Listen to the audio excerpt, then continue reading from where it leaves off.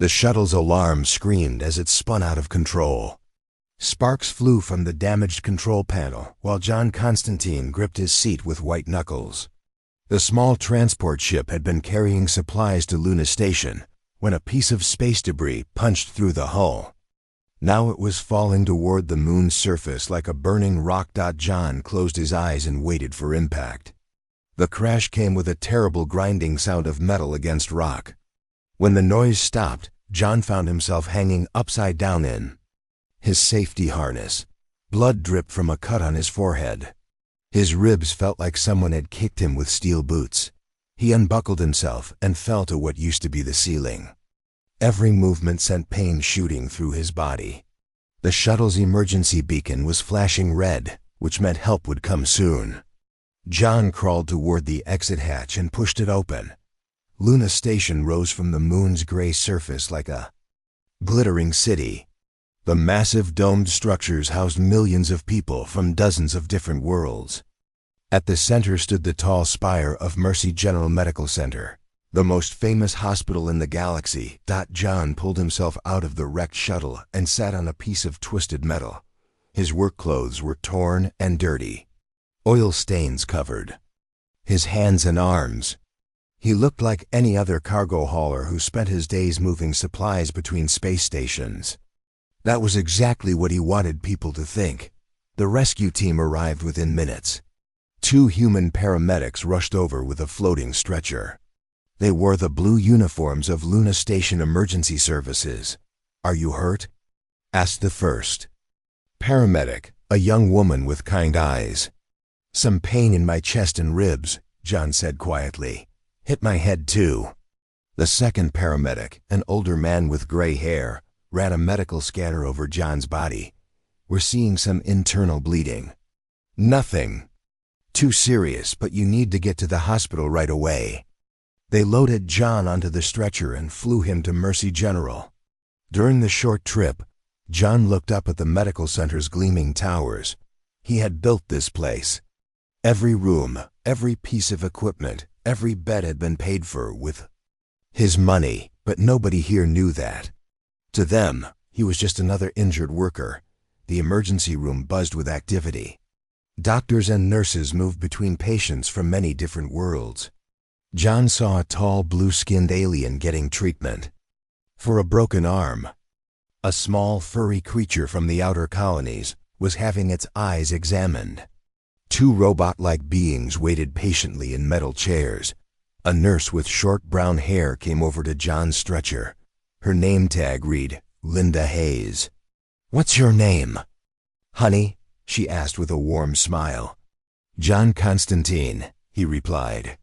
It wasn't his real name, but he had been using it for months while traveling around his medical facilities. "Okay, John, we're going to take good care of you. Dr. Webb will see you shortly."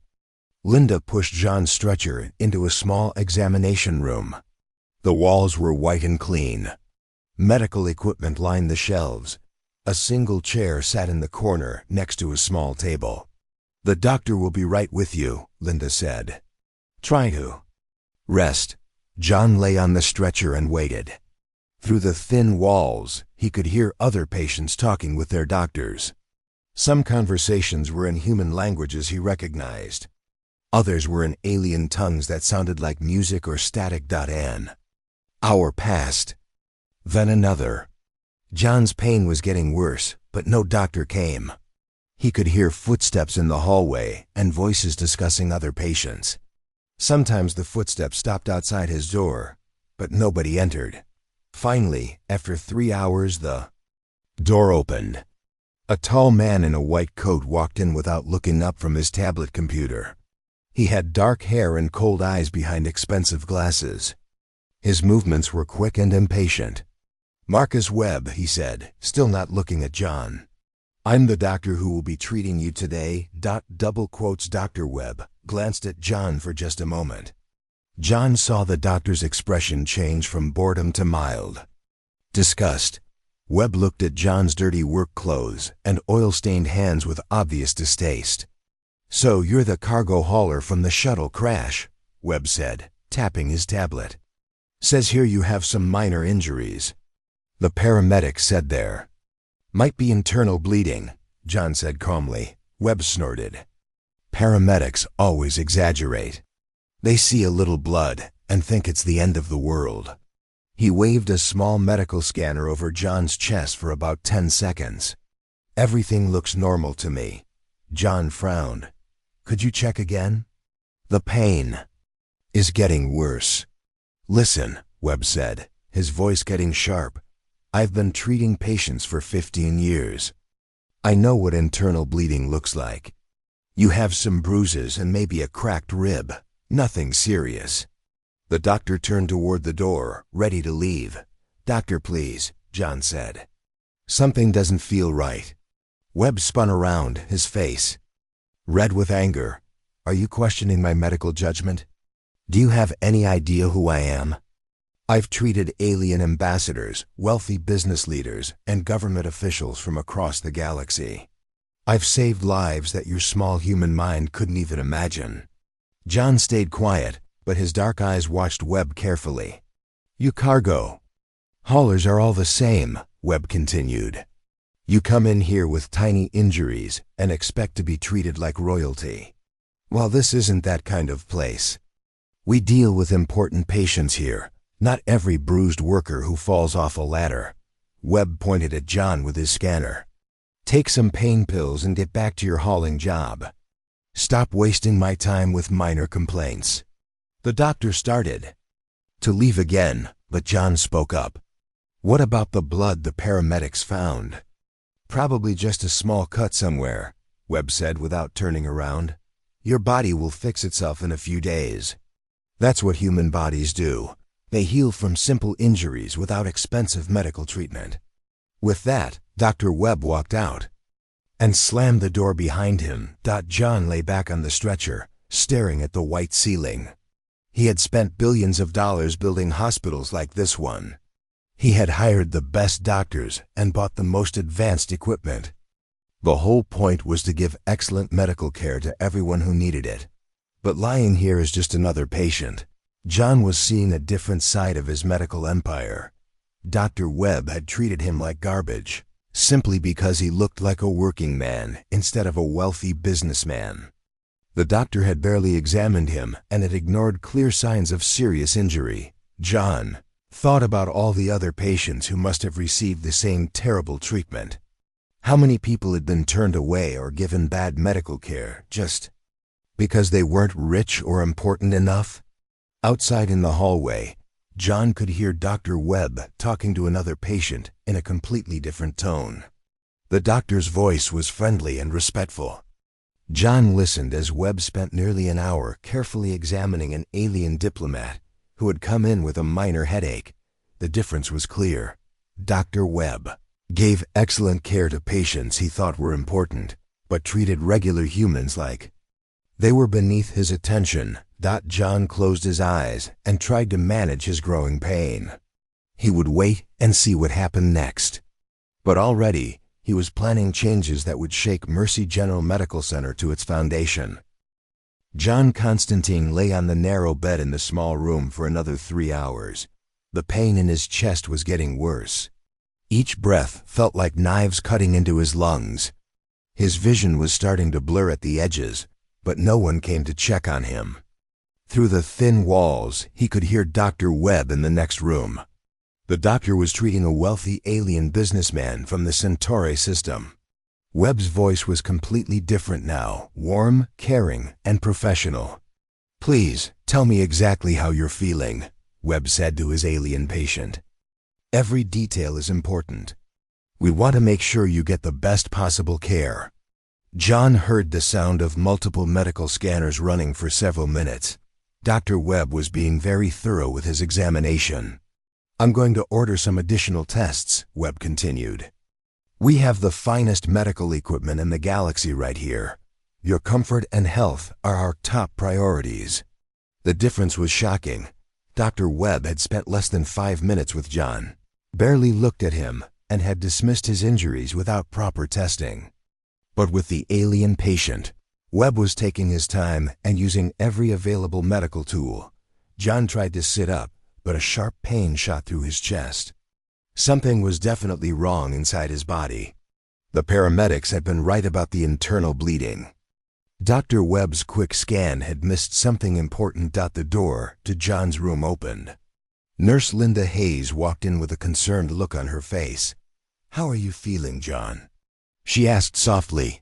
"Not good," John admitted. "The pain is getting much worse." Linda pulled out her own medical scanner and ran it over John's chest and stomach. Her expression changed as she read the results. "This doesn't look right," she said. "Your internal pressure readings are all wrong.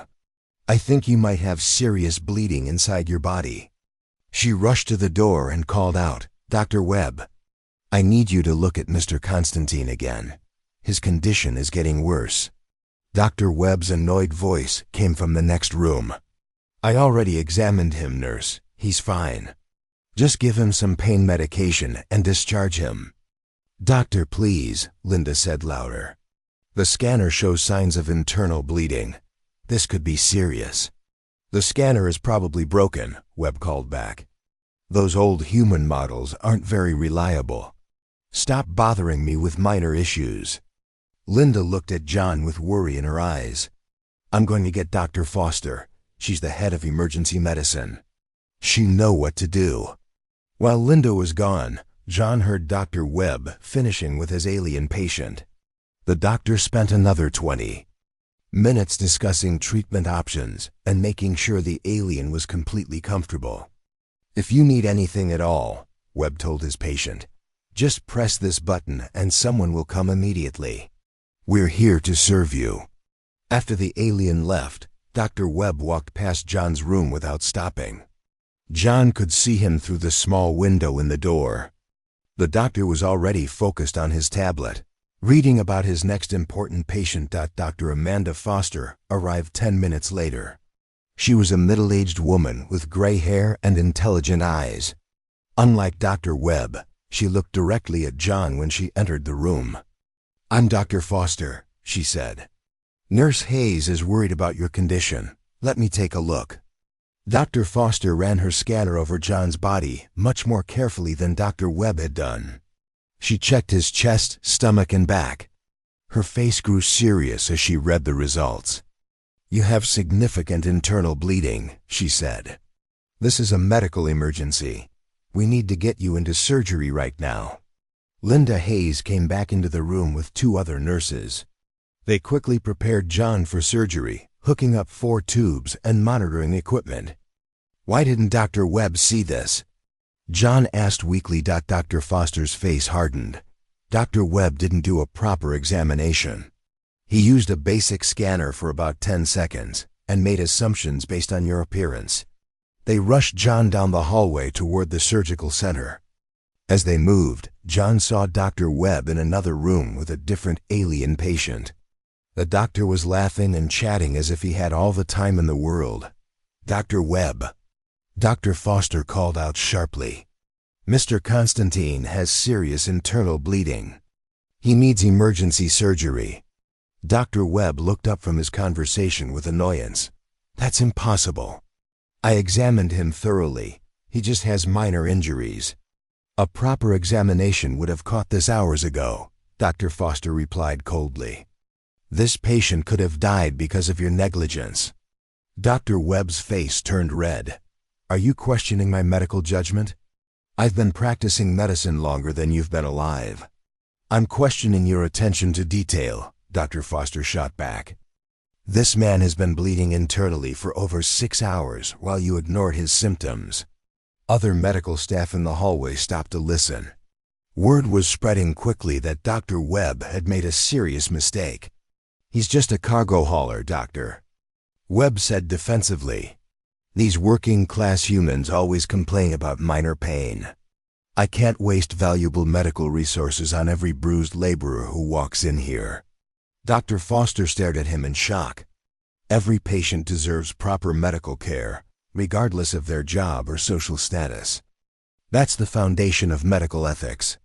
"Easy to say when you're not dealing with the important cases," Webb replied. "I have alien ambassadors and wealthy business leaders depending on me. They require more sophisticated medical attention than simple humans. John listened to this conversation as they wheeled him toward surgery. Even faced with clear evidence of his mistake, Dr. Webb was defending his discrimination. The doctor truly believed that some patients were more important than others out in the surgical room. Dr. Foster and her team worked quickly to stop John's internal bleeding. The damage was extensive. John had been slowly bleeding to death for hours while Dr. Webb ignored his condition. "This is exactly the kind of injury that kills people," Dr. Foster told her surgical team. "If we had waited much longer, there would have been nothing we could do." The surgery took 4 hours. John's injuries were much more serious than anyone had realized. The shuttle crash had damaged several internal organs. Only quick action by Dr. Foster's team saved his life. When John woke up in the recovery room, Linda Hayes was sitting beside his bed. "How do you feel?" she asked gently. "Better," John said. His voice was weak, but the terrible pain in his chest was gone. "Dr. Foster saved your life," Linda said. "If she hadn't stepped in when she did, you would have died from internal bleeding." John nodded slowly. "What about Dr. Webb?" Linda's expression darkened. "He's telling everyone that you lied about your symptoms. He says you made your injury sound minor when you first came in. He's claiming that you're responsible for the confusion." "That's not true," John said quietly. "We know that," Linda replied. "Several people heard your conversation with Dr. Webb. You told him about the pain and asked him to check for internal bleeding. He ignored you and made fun of your concerns." Through the window of his room, John could see Dr. Webb in the hallway. The doctor was talking to a group of alien patients who had just arrived. Webb was being charming and attentive, giving them his full attention. "He does this all the time," Linda said sadly. "Human patients get quick, careless treatment. Alien patients and wealthy humans get the royal treatment. It's been going on for years." John watched Dr. Webb smile and bow to his alien patients. The doctor was treating them like honored guests while John had nearly died from medical neglect. "Has anyone complained about this before?" John asked. "Many times," Linda said. "But Dr. Webb brings in a lot of money for the hospital. His alien patients pay huge fees for treatment. The hospital administrators don't want to lose that income." John closed his eyes and thought about what he had learned. His medical center was supposed to treat all patients equally. Instead, it had become a place where money and status determined the quality of care people received. Dr. Webb represented everything wrong with the current system. The doctor was skilled and knowledgeable, but he had lost sight of medicine's true purpose, helping people who were sick and injured. John made a silent promise to himself. When this was over, things were going to change at Mercy General Medical Center. Dr. Webb and others like him would learn that every patient deserved respect and proper medical care. But first, John needed to recover from his injuries and continue observing how his hospital really operated. He was learning lessons that no board meeting or financial report could teach him. The news about John Constantine's near-death experience spread through Mercy General Medical Center like wildfire. By the next morning, everyone from the cleaning staff to the senior doctors knew what had happened. Dr. Webb had almost killed a patient through careless treatment and arrogant assumptions. John was recovering in a private room on the 3rd floor. The room was comfortable, with a large window looking out at Luna Station's busy streets. He wore a simple hospital gown and had several monitoring devices attached to his chest. To anyone who saw him, he still looked like an ordinary working man who had been lucky to survive. Nurse Linda Hayes came to check on him every few hours. She brought him meals, adjusted his medications, and made sure he was comfortable. During her visits, she often talked about what was happening in the hospital. "Everyone is talking about what Dr. Webb did to you," Linda said as she checked John's IV tube. "The other nurses are furious. We've all seen him treat human patients badly, but this was the worst." "Has anything like this happened before?" John asked. Linda sat down in the chair next to his bed. Oh yes, many times.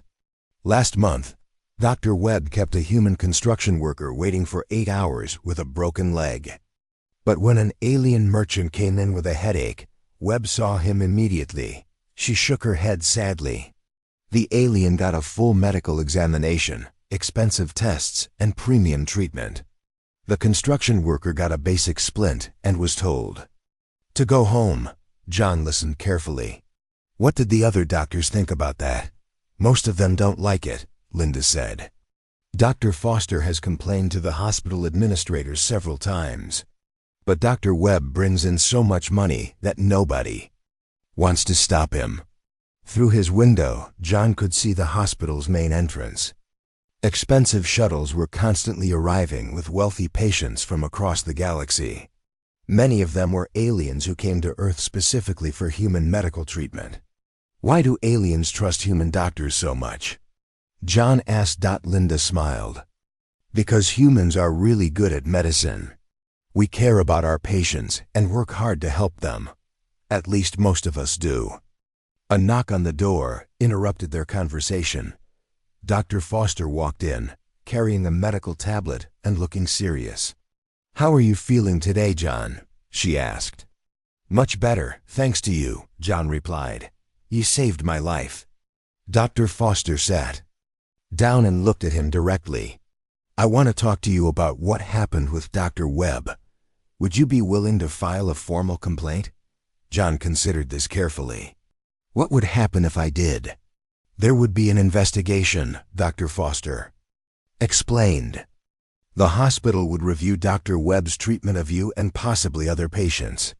If they find evidence of medical negligence, he could face serious consequences. What kind of consequences? He could lose his medical license, Dr. Foster said. Or at least be suspended and required to take additional training. John nodded slowly. I'll think about it. After Dr. Foster left, John had more visitors. Paul Jackson, an orderly who had helped move John to surgery, stopped by during his break. I just wanted to say I'm sorry about what happened, Paul said. Dr. Webb was completely wrong to treat you that way. You saw what happened? John asked. We all did, Paul replied. Dr. Webb was bragging to the other doctors about how he doesn't waste time on low-class humans. He said cargo haulers and construction workers don't deserve the same level of care as important patients. Paul looked angry as he remembered. He said humans are tough and can handle pain better than delicate alien species. It was disgusting. More staff members came to visit John over the next few days. They all had similar stories about Dr. Webb's discriminatory treatment. A young doctor named Kevin Brown told John about a time when Webb refused to treat a human janitor who had been injured on the job. The man had chemical burns on his hands, Dr. Brown said. Dr. Webb looked at him for about 30 seconds and said it wasn't serious. The burns got infected and the janitor almost lost his fingers. Why didn't anyone report this? John asked. We did, Dr. Brown replied. But Dr. Webb has friends in the hospital administration. They always believed his version of events over ours. John was learning that the problems at Mercy General went deeper than just one arrogant doctor. The entire system seemed designed to protect profitable doctors while ignoring patient complaints and staff concerns. On his third day in the hospital, John had an unexpected visitor. Tony Reeves, a well-dressed man in his 30s, walked into the room carrying a briefcase. John, I'm so glad you're okay, Tony said with obvious relief. I came as soon as I heard about the accident. To anyone watching, Tony looked like a concerned friend or family member. In reality, he was John's personal assistant and one of the few people who knew John's real identity. How bad is it? Tony asked quietly once they were alone. Worse than I expected, John replied. Dr. Webb almost killed me through pure negligence, but that's not the worst part. John told Tony everything he had learned about the discriminatory treatment at the hospital. Tony listened with growing anger and concern. "This is happening at one of our facilities?" Tony asked. "It's been going on for years," John said. "The staff knows about it, but they feel powerless to stop it. Dr. Webb brings in too much money for the administration to care about his behavior." Tony made notes in his tablet. "What do you want me to do?" "Start documenting everything," John said. "I want records of patient complaints, staff reports, and financial data. I need to understand how widespread this problem is." "Should I contact the board of directors?" Tony asked.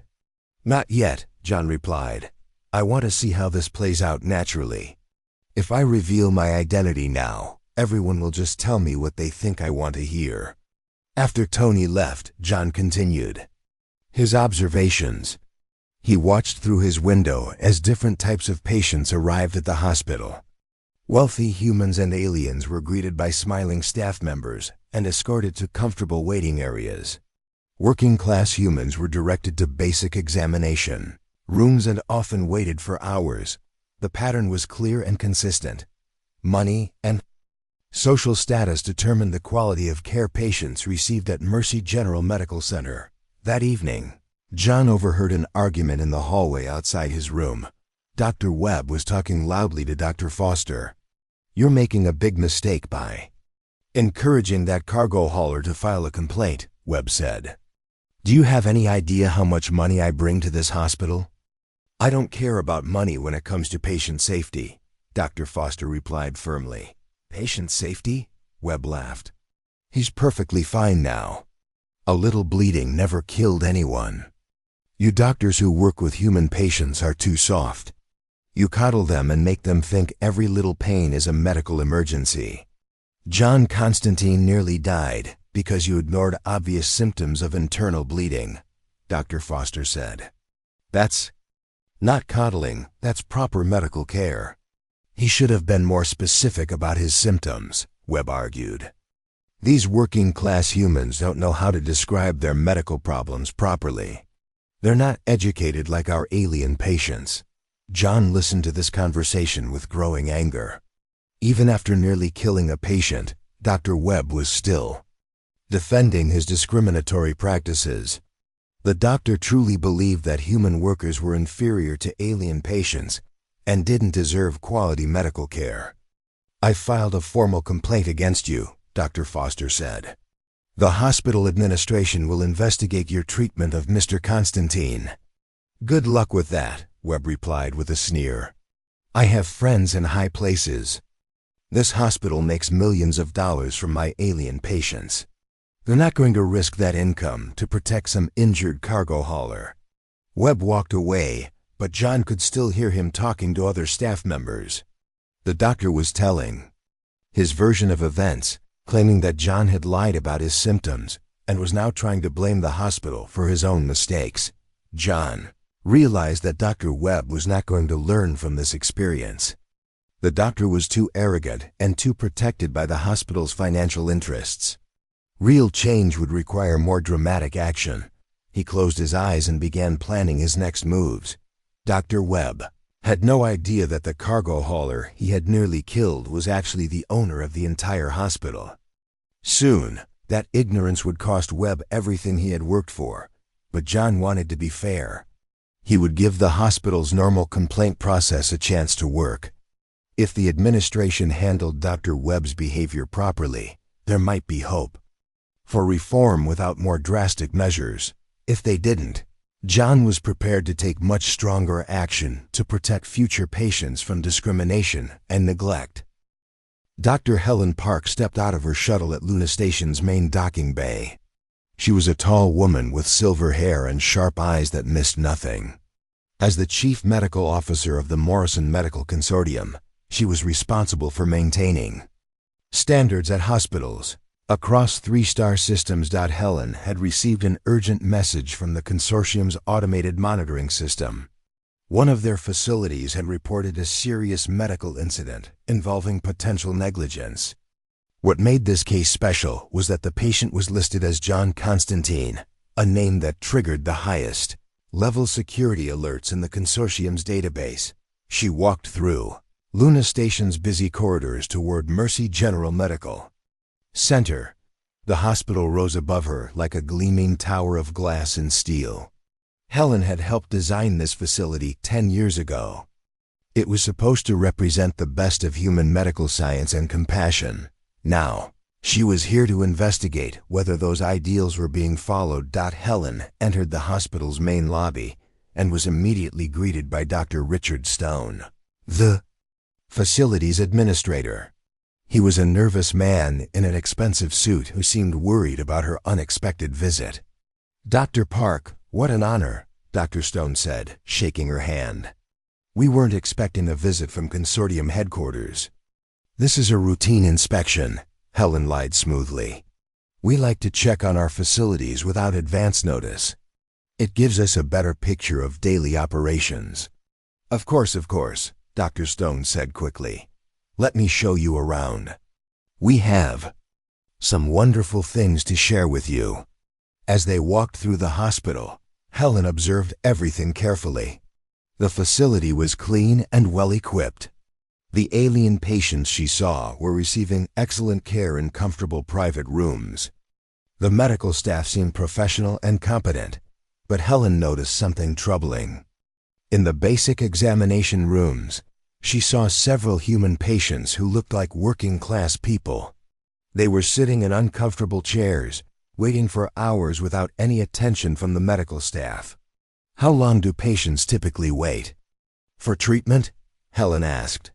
"It depends on the severity of their condition and their insurance coverage," Dr. Stone replied. "Our premium patients receive immediate attention, while standard patients may wait a bit longer." Helen made mental notes.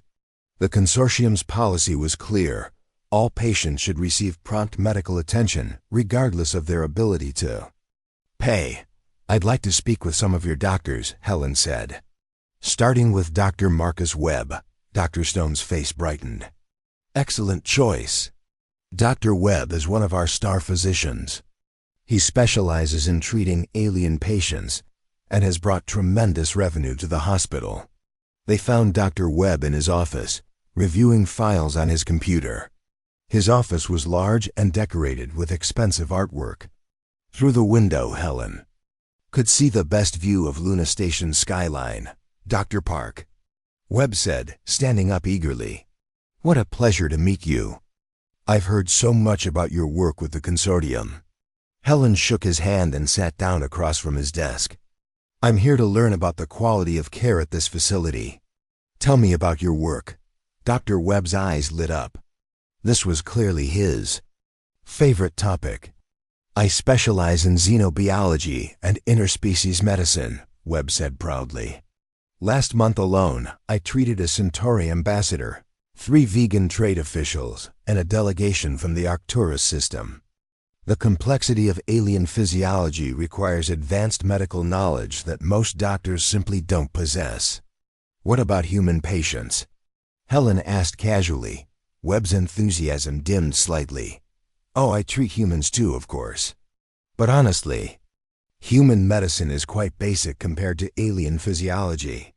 Humans are remarkably resilient and can handle most injuries without sophisticated medical intervention." "I see," Helen said. "Can you give me an example of a recent human patient you've treated?" Webb thought for a moment.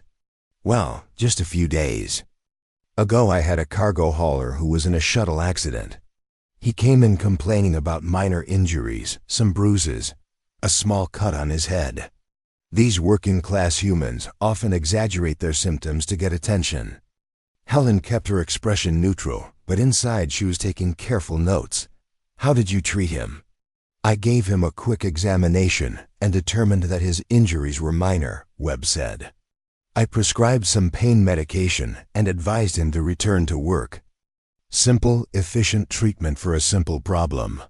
"Did you run any diagnostic tests?" Webb waved his hand dismissively. "A basic scan was sufficient. I could tell just by looking at him that he wasn't seriously injured." "You develop an eye for these things after years of practice." Helen nodded. "What happened to this patient?" Webb's expression darkened.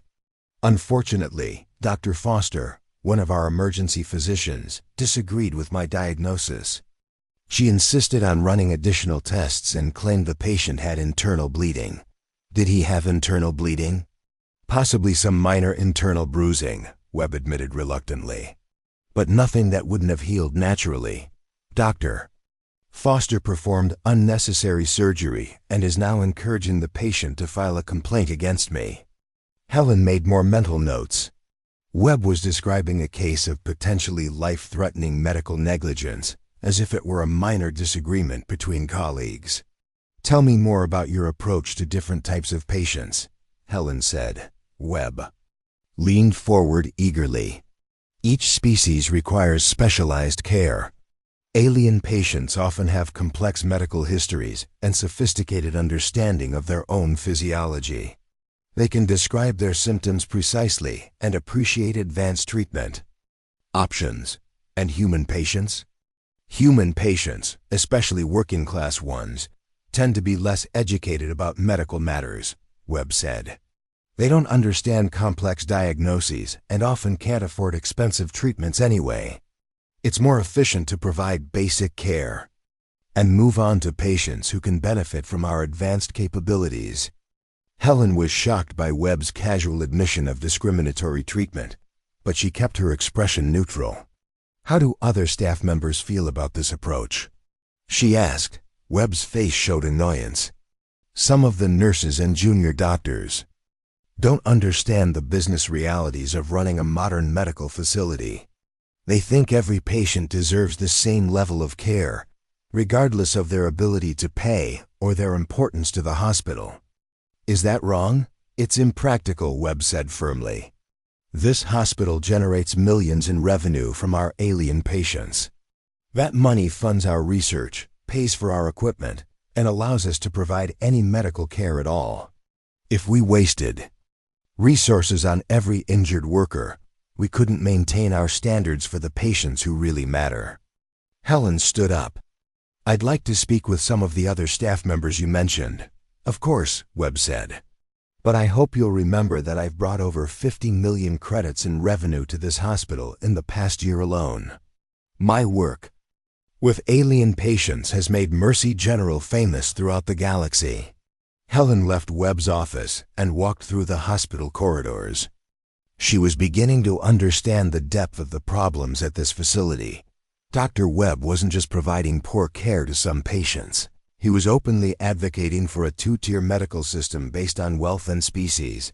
She found Nurse Linda Hayes in the recovery ward, checking on patients. Excuse me, Helen said. I'm Dr. Park from the consortium headquarters. Could I speak with you about patient care at this facility? Linda looked nervous. Am I in trouble? Not at all, Helen said gently. I'm conducting a routine evaluation. I'd like to hear your perspective on how things work here. They found a quiet room where they could talk privately. Helen asked Linda about her experiences working at the hospital. It's a good place to work in many ways, Linda said carefully. We have excellent equipment and most of the doctors are very skilled. But, Helen prompted. Linda hesitated, then seemed to make a decision. There are some problems with how different patients are treated. Some doctors give much better care to wealthy patients and aliens than to regular human patients. Can you give me a specific example? Linda told Helen about John Constantine's case in detail. She described how Dr. Webb had ignored obvious symptoms, dismissed the patient's concerns, and nearly caused his death through negligence. This isn't the first time something like this has happened, Linda said. Dr. Webb regularly provides poor care to human patients who look like working-class people. But he gives excellent treatment to anyone who appears wealthy or important. Helen interviewed several other staff members over the next few hours. The stories were consistent. Dr. Webb and some other doctors at the hospital were systematically discriminating against patients based on their apparent wealth and social status. Dr. Amanda Foster gave Helen the most detailed account of the problems. Dr. Webb has lost sight of what medicine is supposed to be about, Dr. Foster said. He sees patients as profit centers rather than people who need help. It's completely contrary to medical ethics. Have you reported these concerns before? Helen asked. Many times, Dr. Foster said. But the hospital administration cares more about revenue than patient care. Dr. Webb brings in so much money that they're willing to overlook his behavior. Helen asked to see John Constantine. She found him in his room, sitting by the window and reading a book. He looked like an ordinary working man recovering from injuries. Mr. Constantine, Helen said. I'm Dr. Park from the consortium that owns this hospital. Dr. Helen Park walked into the hospital's main conference room early the next morning. She had called an emergency staff meeting for all department heads and senior physicians. The room was large and modern, with a long table surrounded by comfortable chairs. Through the floor-to-ceiling windows, the lights of Luna Station sparkled in the distance. Hospital Administrator Dr. Richard Stone was already there, looking nervous and confused. He had been asking Helen all morning why she needed to address the entire medical staff, but she had refused to give him details. I hope this won't take too long, Dr. Stone said anxiously. We have several important alien patients arriving today, and Dr. Webb needs to prepare for their treatment. Dr. Webb will be here, Helen said calmly. This concerns him directly. Over. The next 15 minutes, doctors and nurses filled the conference room. Dr. Webb entered with his usual confident swagger, nodding to colleagues and checking his expensive watch. He had spent the morning preparing a presentation about his recent successes with alien patients, thinking this meeting was an opportunity to impress the visiting executive. Dr. Amanda Foster sat near the back of the room with several other physicians who specialized in treating human patients. Nurse Linda Hayes and orderly Paul Jackson found seats along the wall with other support staff. Helen noticed that the room seemed divided. The doctors who worked primarily with wealthy alien patients sat near the front, while those who treated mostly human patients gathered toward the back. Even the seating arrangement reflected the hospital's discriminatory culture. Thank you all for coming, Helen began. I'm Dr. Helen Park, Chief Medical Officer for the Morrison Medical Consortium. I'm here to discuss some serious concerns about patient care at this facility. Dr. Webb straightened in his chair, assuming he was about to be praised for his work. Helen continued, Yesterday, I conducted interviews with staff members and patients regarding treatment standards at Mercy General. What I discovered was deeply troubling.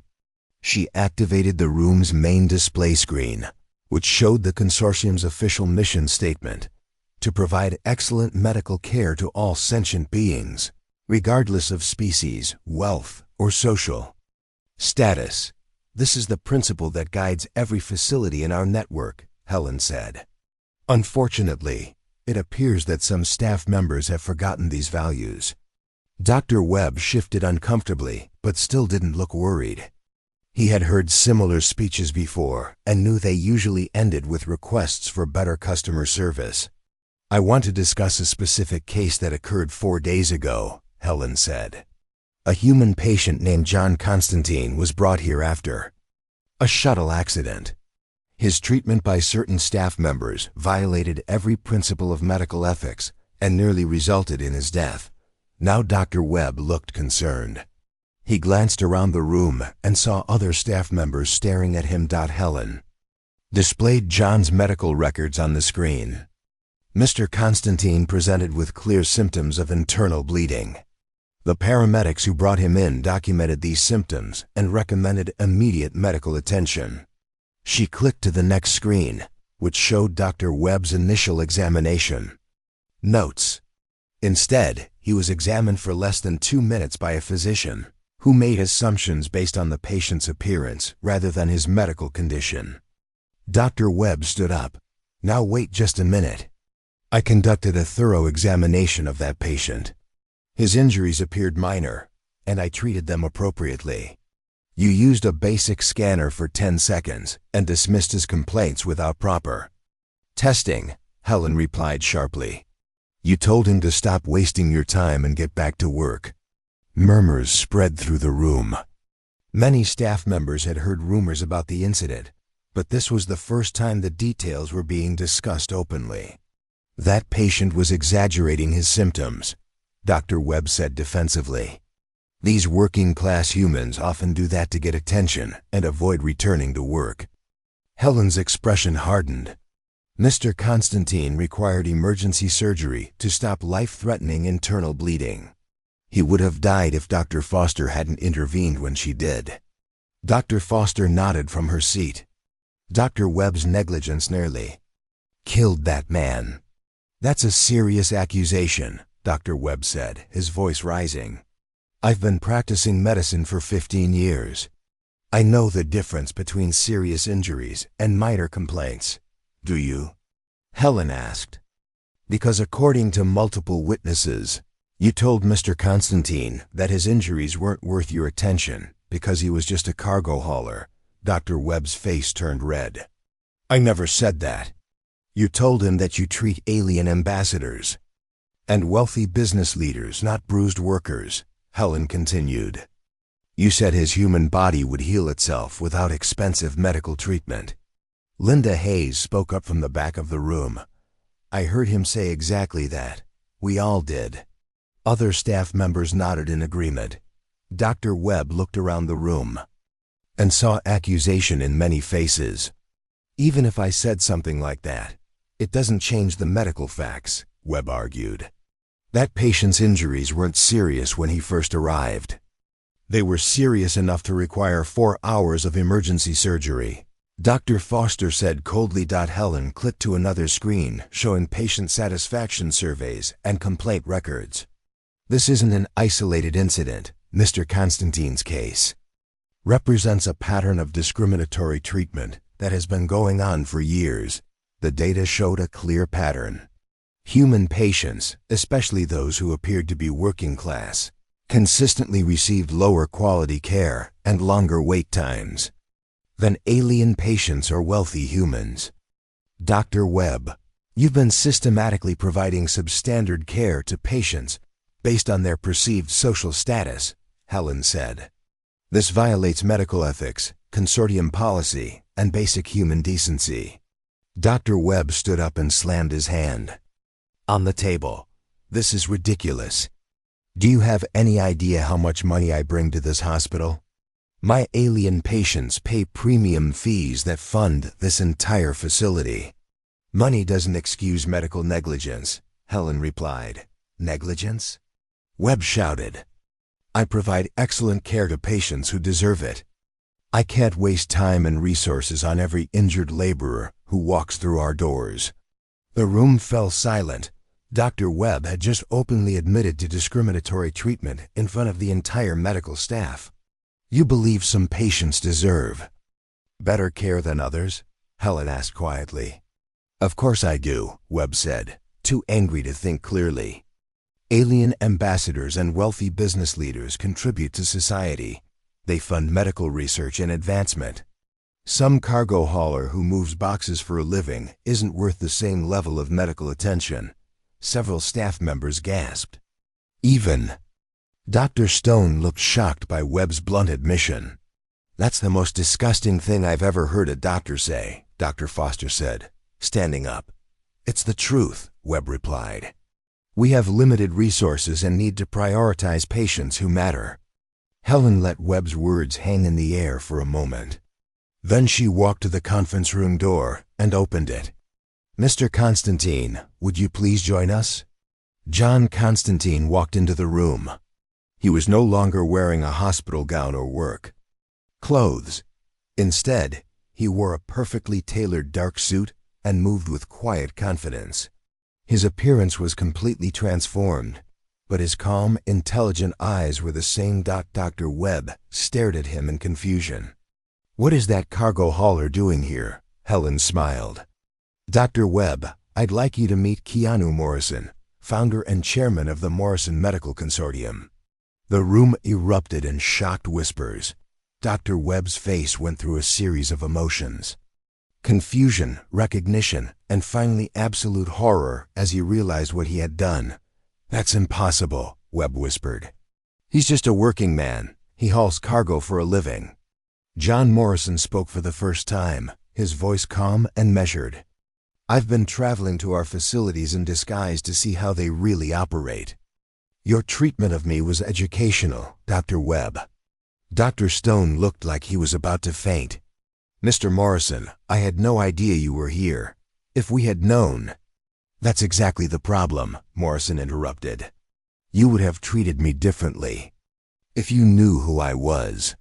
But Dr. Webb believed it was acceptable to provide poor care to someone he thought was unimportant. Dr. Webb collapsed back into his chair, his face pale. I didn't know ... double quotes. That's the point, Morrison said quietly. You thought it was fine to risk a patient's life, because he looked like a working man instead of a wealthy businessman. Morrison walked to the front of the room and faced the assembled staff. I built this hospital to provide excellent medical care to everyone who needs it. Wealth, species, and social status should never determine the quality of treatment a patient receives. He looked directly at Dr. Webb. You forgot that medicine is about helping people, not making judgments about who deserves to live or die. Dr. Webb tried to speak, but no words came out. Everything he had worked for was crumbling around him. Morrison turned to address the entire room. Dr. Webb's employment at this facility is terminated immediately. His medical license will be reviewed by the Galactic Medical Board. He paused and looked around the room. Anyone else who believes some patients are more worthy of care than others is welcome to find employment elsewhere. The revelation was complete. The arrogant doctor who had dismissed a cargo hauler had just discovered that his victim owned the entire hospital. Morrison's quiet heroism and Webb's discriminatory arrogance had been exposed. The conference room remained silent for a long moment after Morrison's revelation. Dr. Webb sat in his chair, staring at the man he had nearly killed through careless treatment. The other staff members looked back and forth between Morrison and Webb, trying to understand the full impact of what had just happened. Morrison walked slowly around the conference table, his calm presence filling the room. When he spoke, his voice was quiet, but everyone could hear every word clearly. I want to tell you all why I built this hospital, Morrison began. 20 years ago, my father was injured in a mining accident on Europa. He was just a working man, like the person Dr. Webb thought I was. Morrison stopped walking and looked out the window at Luna Station's busy streets. My father went to 3 different hospitals before he found a doctor who would treat him properly. The first 2 turned him away because he couldn't pay their fees. By the time he got real medical care, it was too late. He turned back to face the room. I promised myself that day that I would create hospitals where every patient gets the same quality care, no matter who they are or how much money they have. Dr. Foster stood up from her seat. That's the kind of medicine I believe in, Mr. Morrison. That's why I became a doctor.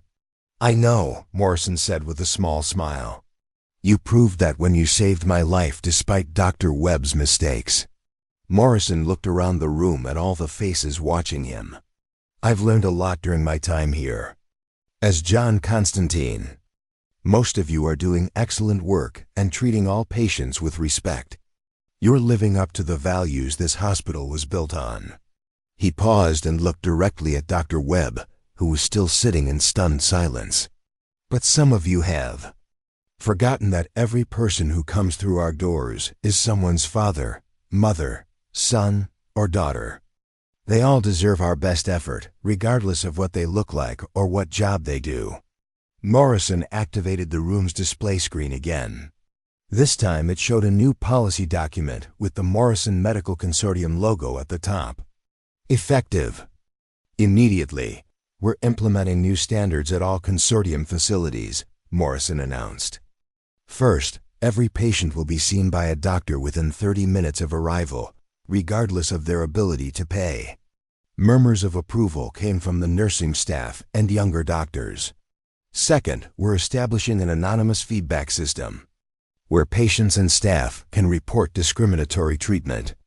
These reports will be investigated by an independent review board. Dr. Stone, the hospital administrator, raised his hand nervously. Mr. Morrison, what about the revenue from our premium alien patients? If we spend equal time on all patients, ... Morrison's expression hardened slightly. Dr. Stone, if you're more concerned about money than patient care, perhaps you should consider a career in business instead of healthcare. Dr. Stone's face turned red, but he didn't argue. Morrison continued outlining his reforms. Third, we're requiring all medical staff to complete annual training on medical ethics and anti-discrimination policies. Anyone who fails this training will be terminated. He clicked to the next screen, which showed organizational changes. Dr. Amanda Foster will be promoted to Chief of Emergency Medicine for the entire Luna Station facility. Nurse Linda Hayes will become our new Director of Patient Advocacy. Linda Hayes looked shocked. Mr. Morrison, I'm just a nurse. I don't have the qualifications for a management position. You have something more important than qualifications, Morrison replied. You have compassion and courage. You tried to help me when Dr. Webb ignored my condition. That's exactly the kind of leadership this hospital needs. Morrison turned his attention back to Dr. Webb, who finally seemed to find his voice. Mr. Morrison, please, Webb said desperately. I made a mistake, but I'm a skilled doctor. I've saved many lives over the years. My work with alien patients has advanced medical science. Morrison studied Webb for a moment. You are skilled, Dr. Webb. That makes your behavior even more inexcusable. You knew better, but you chose to discriminate anyway. I can change, Webb pleaded. Give me another chance. I'll treat all patients equally from now on. The problem isn't just how you treated me, Morrison said quietly.